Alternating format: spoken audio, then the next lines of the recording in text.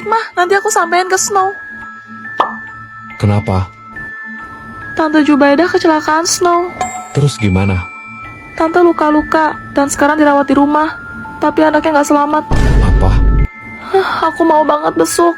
Tapi Elliot lagi demam begini. Kamu di rumah jaga Elliot. Biar aku sama Shelo yang jenguk tante. Papa, kita mau kemana? Rumah Tante Jubaidah. Asyik. Halo Tante. Aduh, repot-repot Seno. Selamat malam, Tante. Shelo juga datang. Ayo masuk. Gimana keadaan Tante? Ya beginilah Seno. Oh ya Tante, saya turut berduka cita. Sebentar ya, Tante ambilkan minum dulu. Kok Tante jalannya diseret-seret gitu? Kaki Tante kenapa? Sakit? Tak tahu kenapa, kaki Tante jadi pincang jalannya. Padahal dokter bilang tidak ada apa-apa. Mungkin trauma psikologis katanya. Nih, Udah malam. Tante harus banyak istirahat supaya cepat pulih. Iya Seno. Kalau begitu, kami permisi pulang dulu ya Tante. dadah. Kalau Tante ada butuh apa, kasih tahu saya aja. Baik Seno. Papa, Apa Celo? si Tante apa nggak belat ya? Emang kenapa? Itu anaknya gelayutan di kaki Tante. Celo, kamu lihat apa?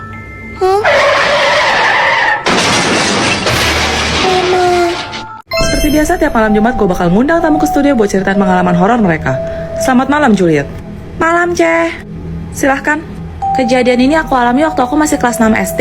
Pagi itu hujan, dan cuma kelas aku doang yang masuk, soalnya ada air panas. Pas pulang, karena itu hari terakhir kita sekolah, kita main petak umpet rame-rame.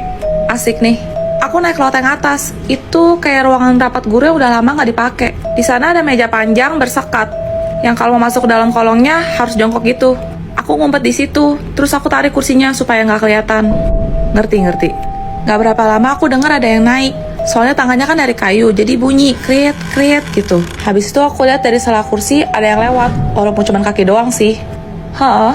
Dia pakai kaos kaki rendah sama sepatu warna hitam. Aku tahan nafas supaya nggak ketahuan. Tiba-tiba ada yang teriak, "We yang jaga." Terus aku mikir, oh berarti ini teman aku juga nih, mungkin lagi nyari tempat ngumpet. Jadi aku berani keluar. Ya. Tapi pas aku bangun, aku cari, kok nggak ada siapa-siapa. Apa dia udah ngumpet juga kali ya? Aku nggak ambil pusing sih. Terus aku turun cari tempat lain. Terus selesai main, kita jajan es. Terus kita pulang jalan kaki rame-rame. Tengah jalan aku nanya dong, tadi siapa yang naik loteng atas? Siapa? Tapi katanya nggak ada, Ce. Aku kekeh dong, aku bilang ada kok. Tadi pakai kaos kaki rendah sama sepatu hitam. Terus semua pada refleks lihat ke bawah. Tapi ternyata semuanya pada pakai sendal, Ce. Aku baru ingat, tadi pagi kan hujan. Jadi semuanya ganti sepatu.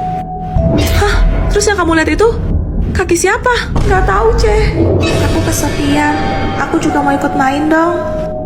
Ade, ayolah makan. Capek-capek lo mama masak. Nggak mau, ada kenyang, ada nggak lapar kok. Makanya kau tuh jangan ciki terus, es terus. Nanti kau sudah batuk baru cari mama. Pokoknya ada nggak mau makan, ada nggak suka sayur. Kau tak boleh pilih-pilih makan. Di luar sana masih banyak loh yang kayak laparan. Yuk, sikit yang mama suapin. Yuk. Iya, udah bilang nggak mau, ya nggak mau, titik. Tifa sudah pulang kau rupanya. Cece.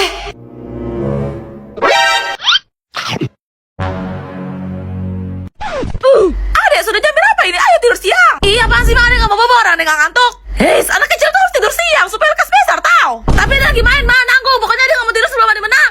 Cepat kau cuci kaki bobo sebelum hilang kesabaranku. Nggak mau, ada nggak takut. Kamu kita baku hatam, ha? Udah nggak mempan, Ma. Ada udah kebas sama sapu lidi, Ma. Nye.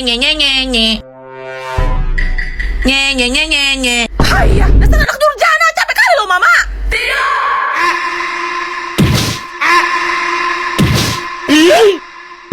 Percobaan pertama. Salah arah moi. Percobaan kedua, malah muter-muter. Percobaan ketiga. Lupa kiri kanan. Dikacangin. Percobaan keempat.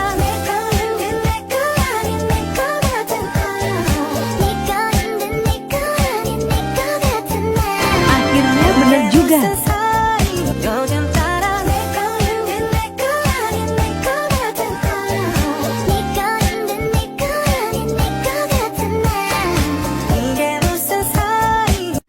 Kita ini generasi apaan sih? Gen Z atau Alpha? Guys, kalian generasi Alpha bukan? Kalau iya, like. Kayaknya milenial gak sih? Puset, kok tua amat? Itu mah papa mama kita. Milenial itu kelahiran tahun 1981 sampai 1996. Kalau Gen Z ya lo? Orang-orang yang lahir dari tahun 1997 sampai 2012, Cia. Generasi Alpha itu dimulai dari tahun 2013 sampai sekarang. Oh, berarti kita generasi Alpha ya? Benar banget. Kamu tahu bahasa slang Gen Alpha nggak, Cia? Tahu dong. Oke, coba tes ya. Skibidi artinya apa? Gampang. Skibidi itu artinya jelek. Sekarang gantian Cia ya. Kalau Sigma apa? Paling jagoan dan populer. Aku dong. Ya, Aksha lah. Dih, padahal Koko daris banget. Riz itu berkarisma, Doma lebih ke arah mewing. Mewing itu bukan berusaha kelihatan keren. Yap, menurut Celo sih, Koko itu Ahayo, alias paling aneh dan malu-maluin. Negatif aura level 99 juga. Iya, malah sering Venom Text lagi. Venom Text yang suka ngambil barang orang gak sih? Ha-ha, Cia. Giat, gua gak se-Big L itu ya. Kalian tahu Giat sama Big L apa nggak? Yang tahu, komen. Loh, Snow, belum balik loh. Berarti jadi OSIS, sampai sore gini aja masih di sekolah. Aska, lo percaya nggak kalau hantu bisa nelepon? Hah? Nih. Jin, Ini apaan? kalau lo nonton sampai habis, lebih gila lagi. Soalnya ceritanya sama persis kayak tragedi nyata Nida yang terjadi di Malaysia tahun 1992. Serius? Hello? Macam boleh turun nama? Siapa ni? Saya. Ha? Nama saya. Nama awak apa? Nama saya Nida. Nida, awak okey ke Nida? Nida.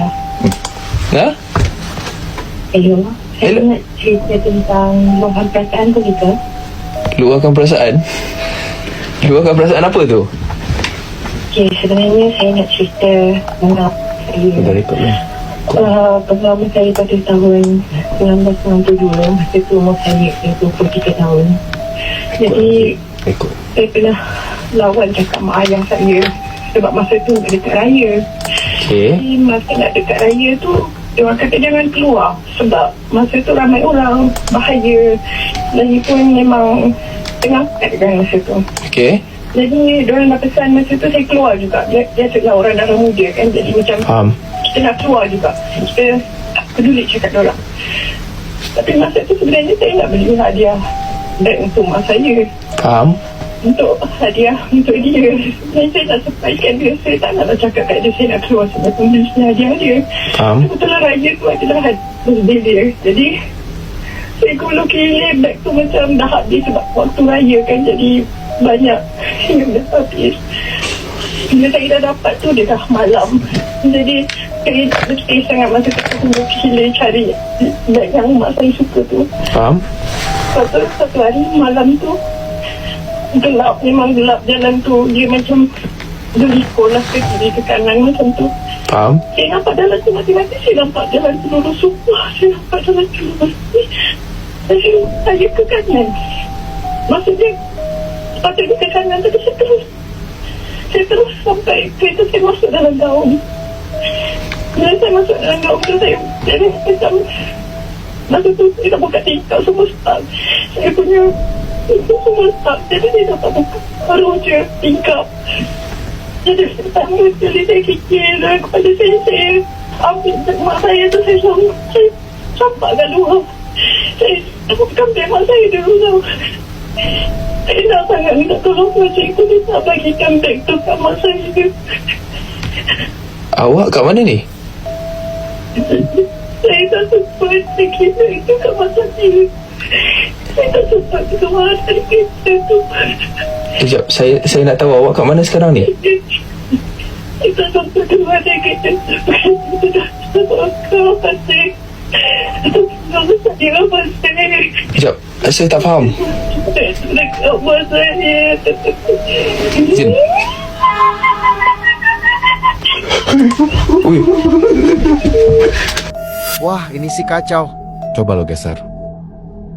Perhatikan dengan seksama, ini adalah mobil Nida yang kecelakaan tahun 1992 yang mobilnya jatuh ke jurang ketika dia membelikan sebuah tas untuk orang tuanya. Perhatikan dengan seksama, ada seseorang misterius dari dalam mobil melemparkan tas keluar. Jir, berani banget gue, Snow. Loh, Snow, kemana lagi tuh anak? Aska, HP gue ketinggalan di sini ya. Ya iyalah bro, kan lo barusan ngasih liat gue ini. Hah, Igo lu. Orang dari tadi gue durau siaran sama Juliet. Hah, jangan bercanda deh, Snow.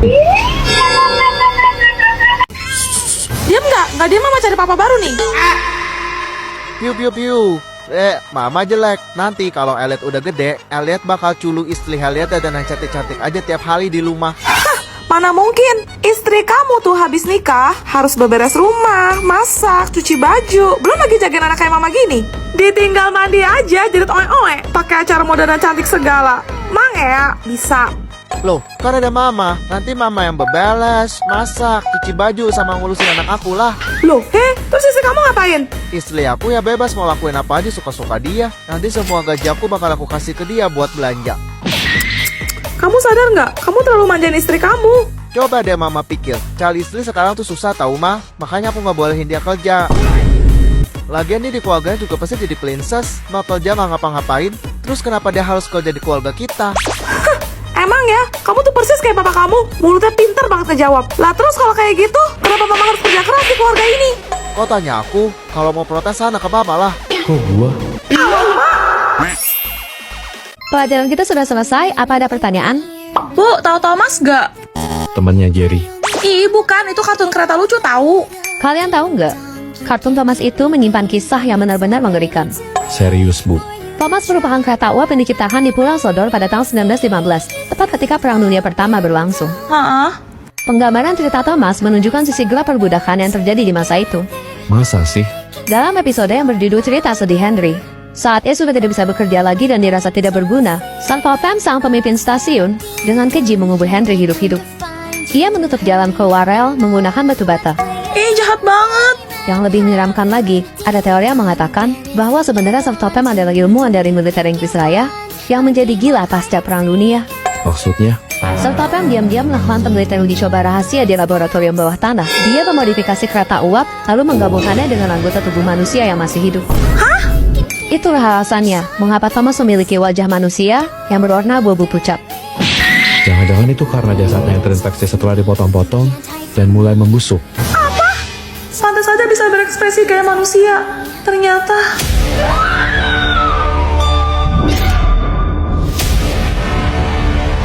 Diva, udah malam nih.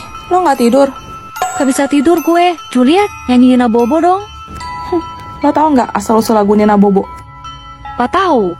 Berawal dari pernikahan seorang komposer berkebangsaan Belanda bernama Van Rochnik dengan penari asal Jawa bernama Mustika. Pada tahun 1871, mereka dikaruniai seorang anak perempuan yang mereka beri nama Helenina. Oh, makanya dipanggil Nina. Waktu malam tiba, Nina susah tidur.